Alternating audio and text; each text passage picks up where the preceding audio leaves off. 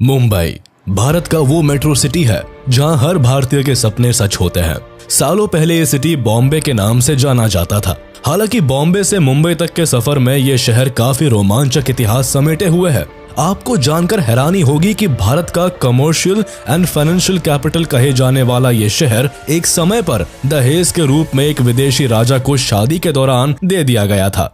सपनों की नगरी कहे जाने वाले इस शहर ने सदियों से कई बदलाव देखे। आज आपको मुंबई का जो चेहरा देखने को मिलता है ये हमेशा से वैसा नहीं था, बल्कि ये तो 7 आइलैंड में बटा हुआ आर्किपेलागो था, जिसे आर्किपेलागो ऑफ 7 आइलैंड्स के नाम से जाना जाता था। आखिर कैसे ये आइलैंड्स मिलकर एक शहर बने, किसने इस पोर्ट टाउन को बसाया और आखिर बॉम्बे मुंबई कैसे बना। सिविलाइजेशन की बात करें तो इंडिजीनियस ट्राइब स्टोन एज से ही इन सभी आइलैंड्स पर रहा करते थे।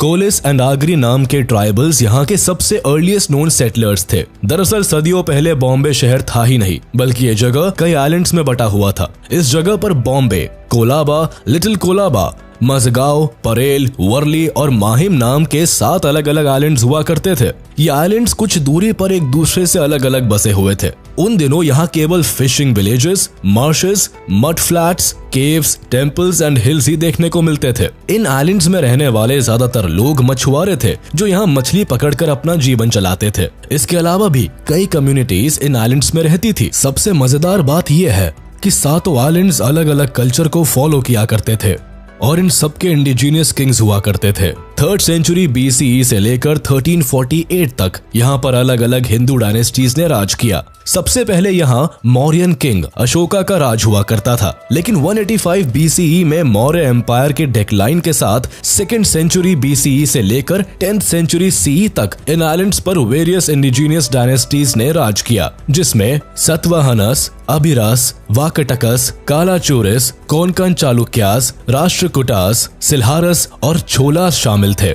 1348 में दिल्ली सल्तनत ने इन सभी आइलैंड्स पर कब्जा कर लिया और यहीं से हिंदू रूलर्स की संप्रभुता भी समाप्त हो गई।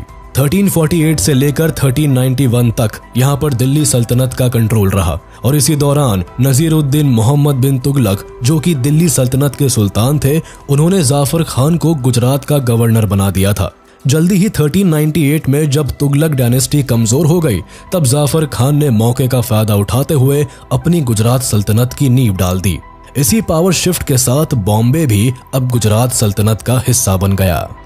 वैसे तो कहने को पोर्चुगीज 1509 में ही बॉम्बे पहुंच गए थे, लेकिन इन्हें बॉम्बे को पूरी तरह हासिल करने में 2 दशक तक का समय और लगा। 1534 में बॉम्बे पूरी तरह से पोर्चुगीज के कब्जे में आ गया। हालांकि पोर्चुगीज ने बॉम्बे पर ज्यादातर एग्रीकल्चरल एंड रिलीजियस डेवलपमेंट्स ही किए, तब भी इन्होंने शहर के चारों ओर रोड, कॉजवेज एंड कई फोर्ट्स का निर्माण किया, जिसमें Bombay castle, Bandra fort and mud fort जैसे कई किले भी शामिल है, जिससे इन आइलैंड्स में कम्यूट करना काफी इजी हो गया। पोर्चुगीज ने लगभग 1 सेंचुरी तक यहाँ राज किया और आखिरकार एक मैरिज ट्रीटी में पोर्चुगीज किंग जॉन 4 ने अपनी बेटी की शादी करते वक्त ये आइलैंड्स ब्रिटिश किंग चार्ल्स 2 को दहेज में दे दिया।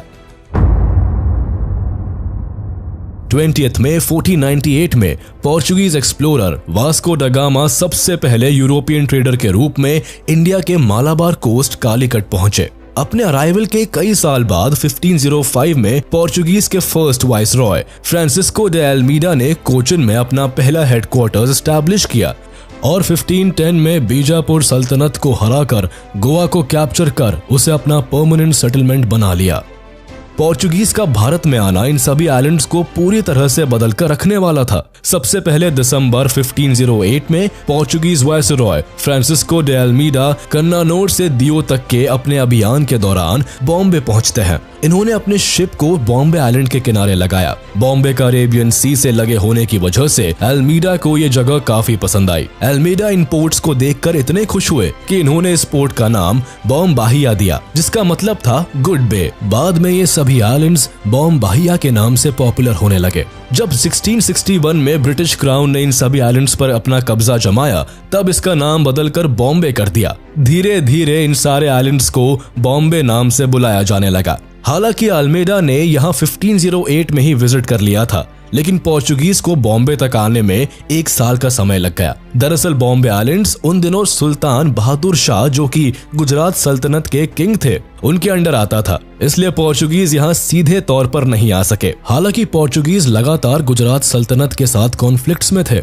इसी दौरान पुर्तगालियों ने माहिम क्रीक पर अपनी जीत हासिल कर ली और 21 जनवरी 1509 को गुजरात सल्तनत के एक जहाज पर कब्जा करने के बाद अपनी पहली यात्रा बॉम्बे आइलैंड के लिए की। लेकिन इससे उन्हें कोई खास सफलता नहीं मिली, क्योंकि बहादुर शाह ने इन आइलैंड्स को फिर से रिकैप्चर कर लिया था। लगातार हो रहे कॉन्फ्लिक्ट्स के बावजूद पोर्चुगीज ने 1526 में बसाइन, जिसे अब वसई के नाम से जाना जाता है, वहां अपनी पहली फैक्ट्री खोली। इन दिनों बहादुर शाह ने इन आइलैंड्स में इस्लाम को काफी प्रचलित किया था, लेकिन वो लगातार मुगल मराठा वॉर्स में फंसे रहते थे, जिसकी वजह से उनका इन्फ्लुएंस इन आइलैंड्स में काफी कम हो गया था। पोर्चुगीज इस मौके की तलाश में काफी दिनों से थे और अब उन्हें ये मौका मिलने ही वाला था। 1528 से 1529 के दौरान पोर्चुगीज गवर्नर लोपो वास डे सैम्पायो ने गुजरात सल्तनत से फोर्ट ऑफ माहिम को छीन लिया। इस वक्त तक मुगल एम्परर हुमायूं भी मुगल एम्पायर को बढ़ाने में जुटा हुआ था। गद्दी संभालते ही उसने अपना रुख बिहार और गुजरात की तरफ कर लिया। बहादुर शाह को एहसास होने लगा था कि जल्द ही हुमायूं अब गुजरात को उससे छीन लेगा। दिन ब दिन बहादुर शाह का ये बढ़ता हुआ डर उन्हें पोर्चुगीज से दोस्ती करने पर मजबूर करने लगा। लेकिन पोर्चुगीज के एम्बिशन कुछ और ही थे। एक साइड जहां बहादुर शाह की हुमायूं से इनसिक्योरिटीज बढ़ती ही जा रही थी, तो वहीं दूसरी ओर पोर्चुगीज ने बहादुर शाह के इस डर का फायदा उठाया। पोर्चुगीज ने हुमायूं के अटैक से गुजरात सल्तनत को बचाने और उनका साथ देने के बदले 23 दिसंबर 1534 को बहादुर शाह के साथ ट्रीटी ऑफ बसाइन को साइन किया। इस ट्रीटी के तहत बहादुर शाह ने 7 आइलैंड्स ऑफ बॉम्बे एंड बसाइन को पोर्चुगीज को सौंप दिया और इसी के साथ बॉम्बे एंड बसीन पर से गुजरात सल्तनत का एंड हो गया। बॉम्बे पर कब्जा करने के बाद पुर्तगालियों के हाथों में बॉम्बे के 7 आइलैंड्स थे। अब उनका मेन एम था इन आइलैंड से स्पाइस ट्रेड एंड क्रिश्चियनिटी को प्रमोट करना। क्योंकि सालों से यहाँ इस्लामिक रूल था, इसलिए यहाँ की सोसाइटी काफी कंजर्वेटिव थी। यहाँ का माहौल बदलने के लिए पोर्चुगीज ने यहाँ इंटर मैरिज करना शुरू कर दिया। इसके साथ ही यहाँ कई चर्चेस बनवाए गए। हालांकि पोर्चुगीज के शासन के दौरान इन आइलैंड्स में ज्यादा बड़े लेवल पर कोई डेवलपमेंट नहीं हुआ, फिर भी उन्होंने इन एरियाज को अपने हिसाब से डेवलप किया। रोमन कैथोलिक चर्च को स्ट्रांगली सपोर्ट किया। उस टाइम तक बॉम्बे में इनका ट्रेड काफी जोरों से चलने लगा था। कॉटन, कोकोनट, कॉयर, स्पाइसेस की ट्रेड ने यहाँ काफी जड़ें फैलाई। ट्रेड में रफ्तार के साथ पोर्चुगीज ने यहाँ कई ट्रेडिंग सेंटर्स, बिल्डिंग्स और चर्चेस को भी बनवाया। कच्चे माल को पोर्ट तक लाने ले जाने के लिए उन्होंने रोड्स एंड कॉजवेज भी बनवाए। 16वीं सेंचुरी खत्म होने के साथ ही पोर्चुगीज ने इंडियन ओशन सहित भारत में अपनी पकड़ मजबूत कर ली थी। लेकिन पोर्चुगीज की बढ़ती आमदनी और मोनोपोली को देखते हुए कई दूसरे यूरोपियन कंट्रीज, खासकर स्पेन ने पोर्चुगीज पर हमले शुरू कर दिए। इसी बीच स्पेन ने पोर्चुगल पर अटैक कर उन पर कब्जा कर लिया। हालांकि भारत अब भी सुरक्षित था, लेकिन जल्दी ही यहाँ इंग्लिश मर्चेंट ने नवंबर 1583 में एंट्री की, जिसके साथ ही ब्रिटिशर्स और पोर्चुगीज में भारत के डिफरेंट एरियाज पर वर्चस्व को लेकर लड़ाई छिड़ गई। दूसरी कई यूरोपियन पावर्स इंडिया में पोर्चुगीज के स्पाइस ट्रेड मोनोपोली को खत्म करना चाहते थे, इसीलिए वो लगातार भारत में मुगल एम्परर से बिजनेस करने की मंजूरी मांग रहे थे। वहीं दूसरी ओर पोर्चुगीज मुगल किंग को काफी ज्यादा टैक्स देते थे, जिसकी वजह से ये राजा दूसरे यूरोपियन ट्रेडर्स को कोई मौका नहीं दे रहे थे। इसी दौरान 1612 में ईस्ट इंडिया कंपनी ने सूरत के स्वाली में अपने शिप्स को लगाया और यहाँ के गवर्नर से ट्रेड करने की मंजूरी मांगी। लेकिन बदले में उनके 2 ट्रेडर्स को गिरफ्तार कर लिया गया, जिसके बाद पोर्चुगीज और ब्रिटिश ईस्ट इंडिया कंपनी के बीच में यहाँ एक बैटल हुई, जिसमें ईस्ट इंडिया कंपनी जीत गई। इस बैटल को बैटल ऑफ स्वाली कहा जाता है, जिसमें पहली बार पोर्चुगीज को किसी दूसरी यूरोपियन कंपनी ने हराया था। इस जीत के बाद पोर्चुगीज की इंडिया में न सिर्फ ट्रेड मोनोपोली खत्म हुई, बल्कि उनकी क्रेडिबिलिटी भी खराब हो गई। इसके साथ ही ईस्ट इंडिया कंपनी को इंडिया के कुछ एरियाज में ट्रेड की परमिशन भी मिल गई। एक तरफ ब्रिटिशर्स अपने ट्रेड को भारत में एक अच्छे लेवल पर ले जाने के लिए जी जान लगा रहे थे, तो दूसरी ओर मिडिल ऑफ द 17वीं सेंचुरी तक भारत में डच की पावर काफी ज्यादा बढ़ती नजर आ रही थी। धीरे धीरे अब ईस्ट इंडिया कंपनी भारत में अपने पांव फैलाने लगी। इधर पोर्चुगीज का वर्चस्व भी भारत से कम होता जा रहा था। ब्रिटिशर्स इस बात को बहुत अच्छी तरह जानते थे कि अगर उन्हें भारत में ट्रेड करना है तो जल्दी ही उन्हें सारे कोस्टल एरियाज में अपना कंट्रोल स्टैब्लिश करना होगा। हालांकि उन दिनों ईस्ट इंडिया कंपनी अपना ट्रेड मेनली पटना, सूरत, कोलकाता और गुजरात में ही कर रही थी। लेकिन दूसरी कंट्रीज को भारत में आने से रोकने के लिए उन्हें वेस्टर्न कोस्ट को भी सुरक्षित करना था। बॉम्बे आइलैंड्स भी इंडिया के वेस्टर्न कोस्ट में ही था, जहां अरेबियन सी के रास्ते थे। दूसरे कंट्रीज के ट्रेडर भारत की तरफ आ सकते थे। ईस्ट इंडिया कंपनी किसी भी हाल में किसी और को भारत पर अपना राज जमाने नहीं देना चाहती थी, जिस कारण ईस्ट इंडिया कंपनी के सुझाव पर ब्रिटिश एम्पायर की सूरत काउंसिल ने बॉम्बे को पोर्चुगल के किंग जॉन 4 से एक्वायर करने के बारे में सोचा। इस सोच को हकीकत में लाने के लिए ब्रिटिशर्स ने पोर्चुगीज के सामने मैरिज का प्रपोजल पेश किया, जिसमें British King Charles second of England और Portuguese princess Catherine of Braganza, जो कि पोर्चुगीज किंग जॉन 4 की बेटी थी, उनकी शादी का प्रपोजल दिया गया।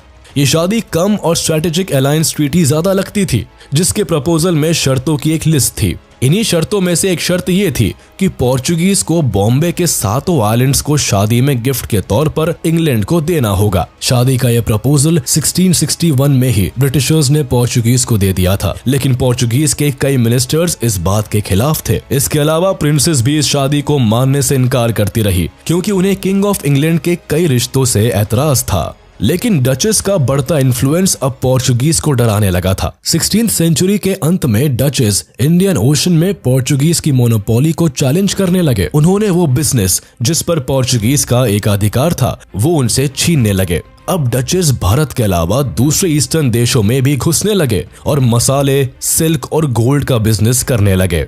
देखते ही देखते उन्होंने पोर्चुगीज के बिजनेस को तेजी के साथ छीनना शुरू कर दिया। 17th सेंचुरी के एंड तक तो नीदरलैंड्स यूरोप का सबसे धनी देश बन गया। डचेस के इस बढ़ते कॉलोनाइजेशन को देखकर पोर्चुगीज अब डर गए। उन्हें ब्रिटिश ईस्ट इंडिया कंपनी से दोस्ती करने में अपना फायदा दिखने लगा। उन्होंने सोचा कि अगर ब्रिटिश क्राउन से संबंध अच्छे हो जाए तो डचेस को भारत में आने से रोका जा सकता है। इसी बात को मद्देनजर रखते हुए वो भी मैरिज ट्रीटी पर अग्री हो गए।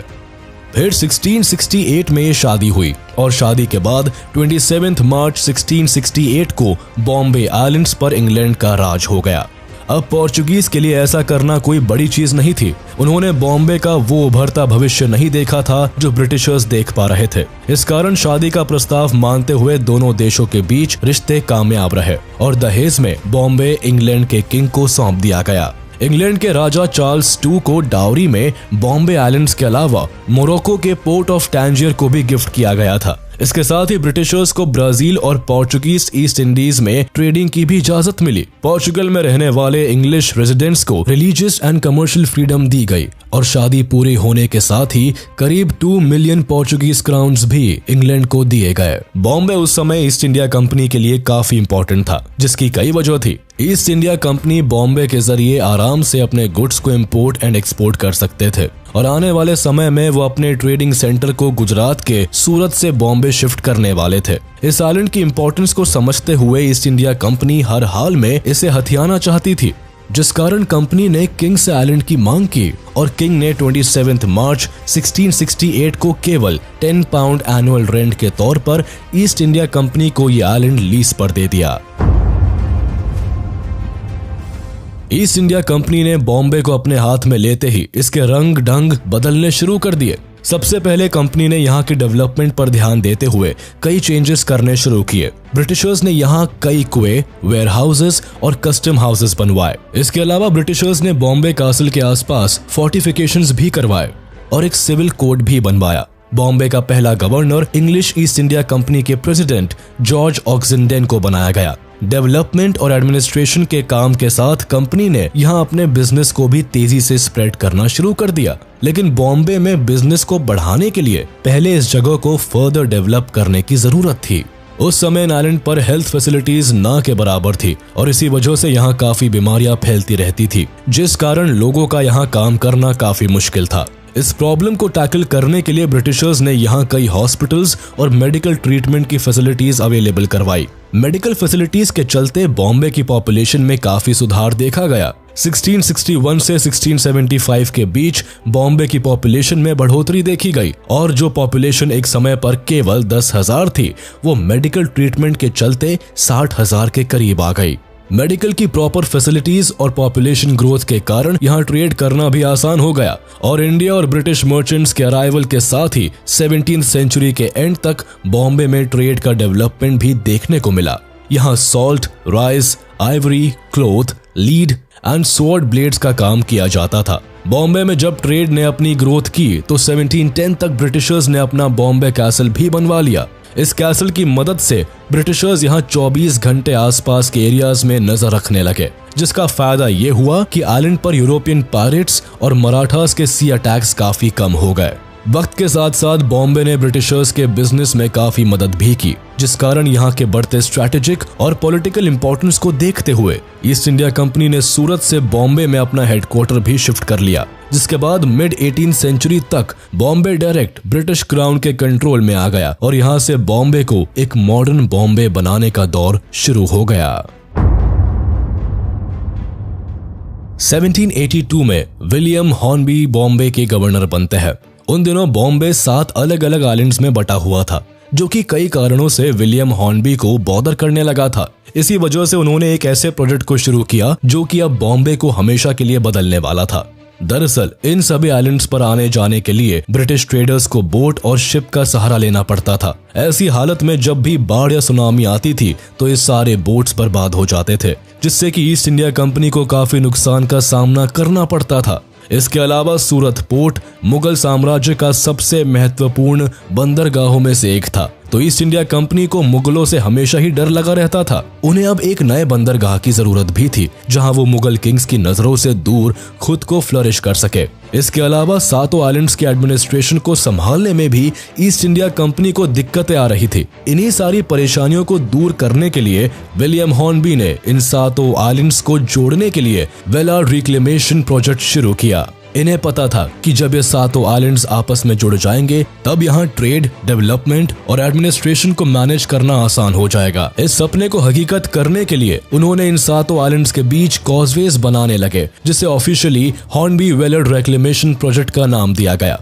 इस प्रोजेक्ट का मकसद था कि 7 आइलैंड्स के बीच की दूरी को मलबों से भरकर जोड़ दिया जाए। 7 आइलैंड्स को जोड़ने का ये प्रोजेक्ट 1782 में शुरू हुआ और 1845 में आकर खत्म हुआ। इस तरह हमें वो बॉम्बे शहर मिला जिसे आप आज मुंबई के नाम से जानते हैं। अब जब 7 आइलैंड्स को जोड़ दिया गया तो ब्रिटिशर्स ने भारत को लूटने के लिए एक अलग से पोर्ट विकसित कर लिया। कॉजवेज बनने के साथ ही बॉम्बे में अब फैक्ट्रीज लगने लगी। इन फैक्ट्रीज में ब्रिटिशर्स भारत के कच्चे माल को स्टोर किया करते थे और सीधे यहीं से सारा सामान इंग्लैंड भेज दिया जाता था। इसी तरह इंग्लैंड से आए फिनिश गुड्स को यहीं से पूरे देश में बेचने के लिए ले जाया जाता था। यहाँ फैक्ट्रीज बनाने के लिए ब्रिटिशर्स को चीप लेबर की जरूरत थी, इसलिए उन्होंने बाहरी राज्यों से लोगों को लाना और यहाँ बसाना शुरू कर दिया। देखते ही देखते ये शहर अब कलकत्ता की बराबरी करने लगा था और कुछ समय में ही ब्रिटिश ईस्ट इंडिया का भी फाइनेंशियल कैपिटल भी बनने वाला था। लेकिन अब भी यहाँ सड़कों की कमी थी, जिसकी वजह से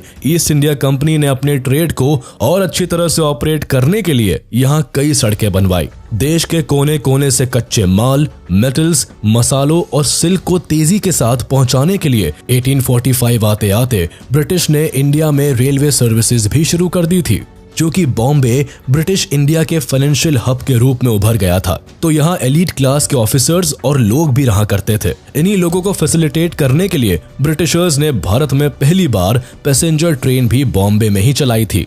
1853 में ये ट्रेन बोरी बंदर से थाने के बीच चलाई गई।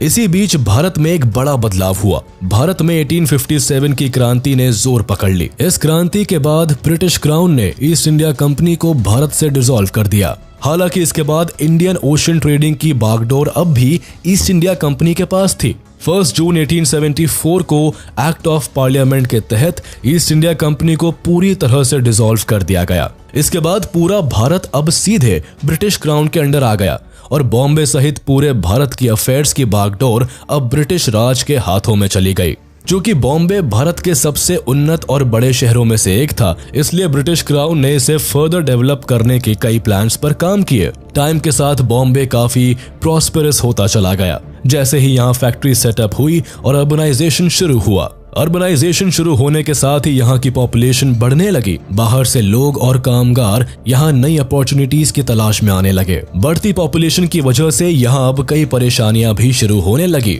जिसमें major problem health care system का था। 1896 में यहाँ प्लेग फैल गया, जिससे कि बॉम्बे प्रेसिडेंसी के हालात काफी नाजुक हो गए। इसके बाद यहाँ ब्रिटिश एम्पायर ने बॉम्बे सिटी इम्प्रूवमेंट ट्रस्ट को बनाया, जिससे कि बॉम्बे की हालत को सुधारा जा सकता था। इसके बाद इस ट्रस्ट ने यहाँ नए सेटलमेंट्स बनाए, जहाँ लोगों को सेटल किया गया। इस नए सेटलमेंट के दौरान ब्रिटिशर्स ने भारतीय कामगारों और आर्टिसंस को यहाँ से निकाल दिया, जिससे कि ब्रिटिशर्स को अपने फायदे के लिए और ज्यादा जमीनें मिल गई, और जो भारतीय आर्टिसंस यहाँ रहा करते थे रातों रात बेघर हो गए।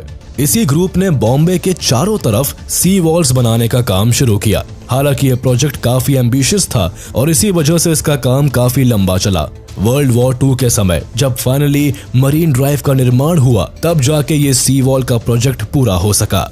हालांकि बॉम्बे में डेवलपमेंट तेज रफ्तार में हुई, लेकिन इसका मकसद सिर्फ और सिर्फ ब्रिटिश एम्पायर के इनकम को बढ़ाने और भारत से ज्यादा धन लूट कर ले जाने का था। बॉम्बे में मरीन ड्राइव फ्लाईओवर का निर्माण भी वर्ल्ड वॉर 2 में सिपाहियों को खाना, पानी, जरूरत के सामान और युद्ध के हथियारों को आसानी से और तेजी के साथ ट्रांसपोर्ट करने के लिए हुआ था।